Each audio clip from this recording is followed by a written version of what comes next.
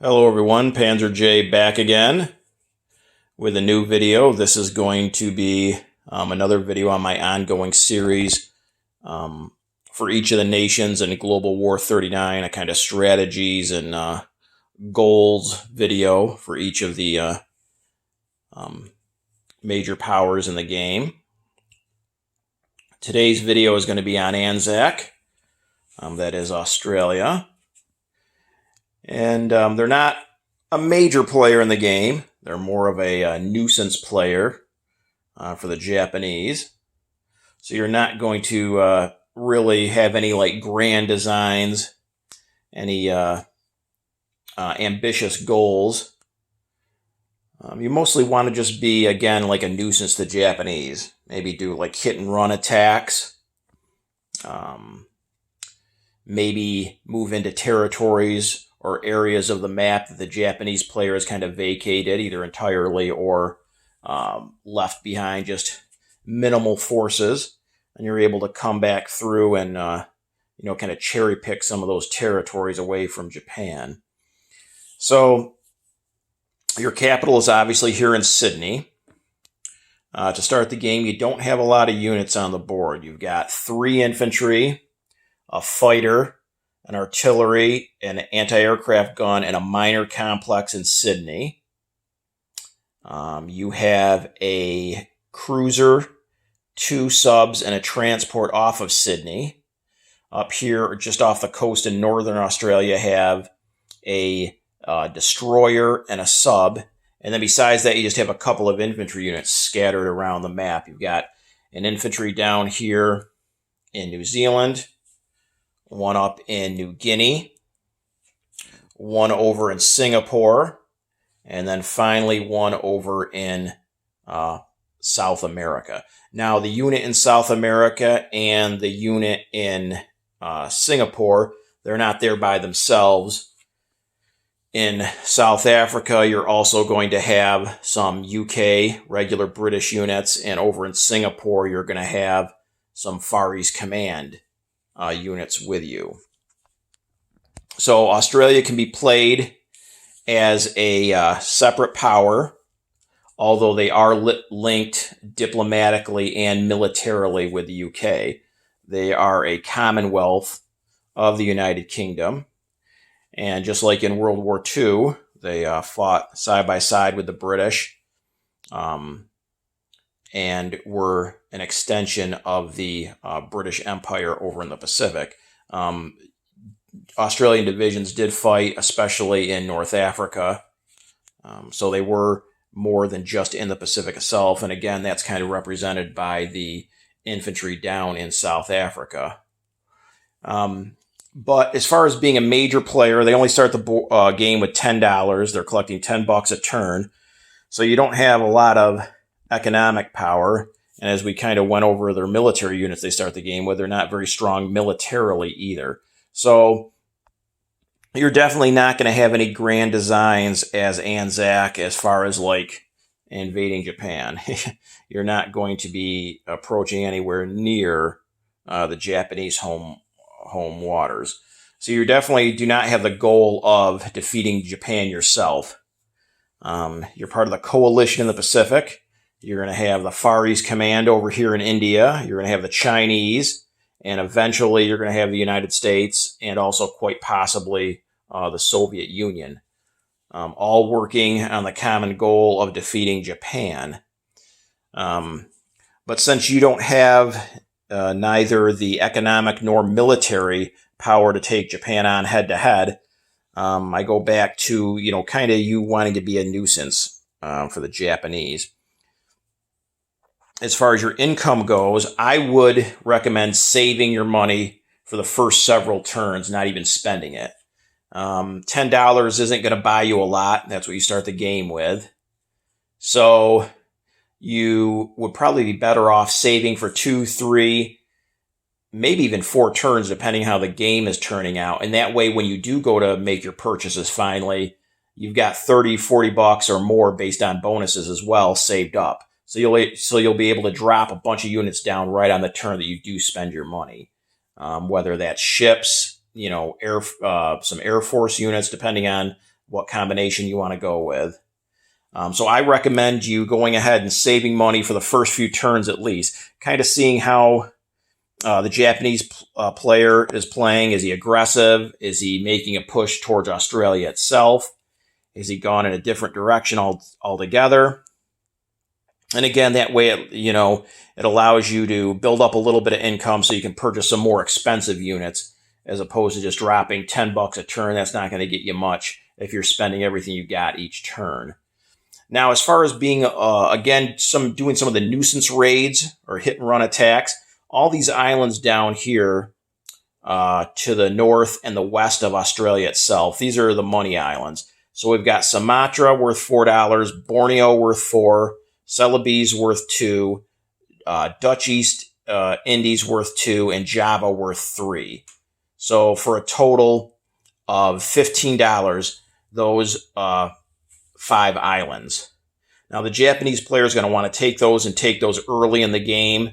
That's a lot of money for him, much more than he's going to get from going into China. So you can probably expect a fairly early Japanese push into these islands. But it takes a lot of resources. They've got it's not just simply purchasing the ground units to take the islands. They need the transports as well.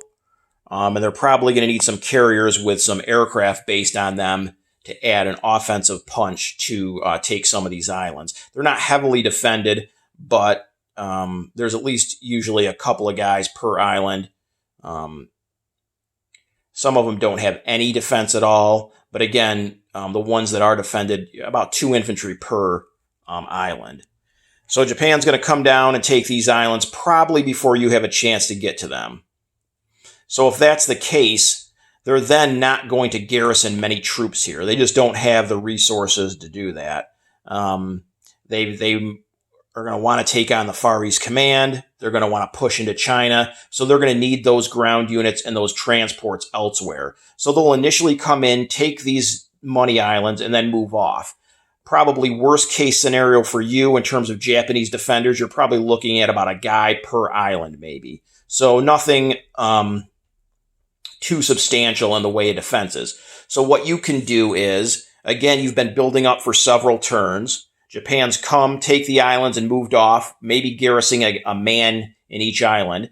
And then you can go ahead, purchase some transports and some ground units, maybe some other naval units to protect the transports. Put that all down on your turn and then start making your way back over and picking these islands back from Japan. So obviously not only does that boost your income, but you're going to take down the Japanese income by quite a bit. Now, chances are Japan then can come back and maybe come back on these islands, take them away from you. But you've at the very least maybe done a couple of turns worth of getting this income yourself while denying it to Japan, and then also causing Japan to kind of backtrack maybe and come back into these islands, taking some pressure off of the Far East Command or China. So that's definitely some of the nuisance raids that you can do. Also, Japan more than likely hasn't left many ships in this area.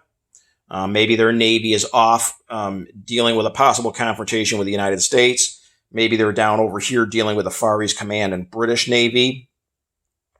So if Japan does leave a few straggling ships here and there, like maybe a sub or a destroyer or whatever, hopefully you've built up a decent enough Navy that you can venture out and start picking off a few of those ships. Now, obviously, if they've left a sizable fleet, you're not going to be in position to take on Japan head on like that.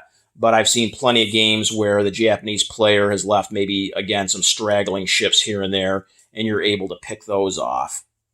Again, all part of kind of a nuisance strategy as Australia. Now, one exception to the strategy of saving up your money and kind of being a nuisance is if Japan actually makes a push for Australia itself. In my game experience, that hasn't happened very often. It's difficult for Japan to take Australia. And if you look here, Japan is a good, even with a naval base in the Japanese home waters, you're talking a minimum of 2 turns to get to the Australian mainland, 3 to get to Sydney if you want to come by the sea. So you're talking 2 to 3 turns it's going to take Japan to get down there. Obviously, you're going to see that attack coming. And then instead of saving your money for the first few turns, you're just going to simply purchase infantry each turn, put them in Sydney in this minor complex down here, and have anywhere from 12 to 15 infantry probably built up by the time Japan reaches Australia. And more likely than not, that would be enough to push back Japan. Japan would basically have to go all out for Australia, which would mean leaving both the Far East Command and China alone in order to take out Sydney. And even then, it's not a guarantee. I mean, again, you're talking about Japan heavily investing in transports. They're $8 a piece for Japan, plus the ground units, probably infantry and maybe some artillery. Infantry 3 apiece, artillery 4 apiece. Each transport can take 2. And since if you land in Sydney itself, that's an amphibious assault. So all his ground units are going to be -1 on the first round of combat. So he's going to have some kind of offensive power backing those ground units up, more likely aircraft, which means he's got to have carriers loaded with 2 aircraft apiece. All of that getting down here, that's a lot of investment on the Japanese player's part, which is probably a big reason why I haven't seen Japan go for an actual assault on Sydney in too many games. Matter of fact, I think I've only seen it happen once. So you should be able to continue to save your money and do kind of the nuisance strategy. The only exception to that is if the Japanese player does get ballsy enough and wants to come straight for Australia, then you're going to be spending every dollar you can each round on just infantry. They're cheap, $3 a piece. They defend on a 4. So that should hopefully be enough to repel any Japanese invasion. And again, by the Japanese player doing that, he's really stripped his offensive capability away from pretty much any other front in the Pacific. So that would actually definitely help the Allied cause. It might be more of a headache for Anzac, but for the Allied cause altogether, that would actually probably be beneficial to the Allies in the Pacific. As far as this minor complex, now minor complexes normally produce 3 units per turn, but there's a few special rules with the Far East Command and with Anzac, the Commonwealths of the United Kingdom. So, for instance, that minor complex is actually able to produce 6 units per turn with the exception of capital ships. So, and that's just something, a special thing that applies both to Anzac and the Far East Command, the Commonwealths of the UK. So the only thing you cannot purchase with it being a minor complex is capital ships, and that's only until you're at war with Japan. Once you're at war with Japan, you can then upgrade this minor complex to a major, and then that major complex can then be producing capital ships, which capital ships in this game are cruisers, battleships, and aircraft carriers. So until you're at war with Japan and you then upgrade your complex to a major, you can't produce capital ships. But other than that, you are actually able to produce 6 units as Anzac per turn in that minor complex. Also, as the UK, they can also lend their support to Anzac. So on every turn, the UK can build on its Commonwealth territories in addition to the units built by the individual powers. These builds may exceed industrial complex production limits. So in the case of Anzac, you have, again, the minor complex, which can produce 6 units for Anzac, and then the UK can actually place 2 units of their own in Sydney as well. So potentially, even if you're just producing the most common and cheapest unit on the board, infantry, you could potentially be placing 8 infantry per turn in Sydney. The 6 that Anzac can produce and the 2 that the British can produce. And it doesn't have to be infantry. It could be Britain obviously has much more money than you do. They could send you 2 fighters. They could send you 2 tanks. Anything other than, again, capital ships. But once you're at war with Japan, you then can upgrade that complex from a minor to a major, and then go ahead and that restriction on capital ships is then lifted. As far as any special units, they do have access, Anzac does, to commandos, and those attack at a +1 on amphibious assaults. And Anzac can build one of those per turn. Also, as far as the complex, now there is also a limit on not just the fact that you cannot build capital ships, but you can only produce infantry to start.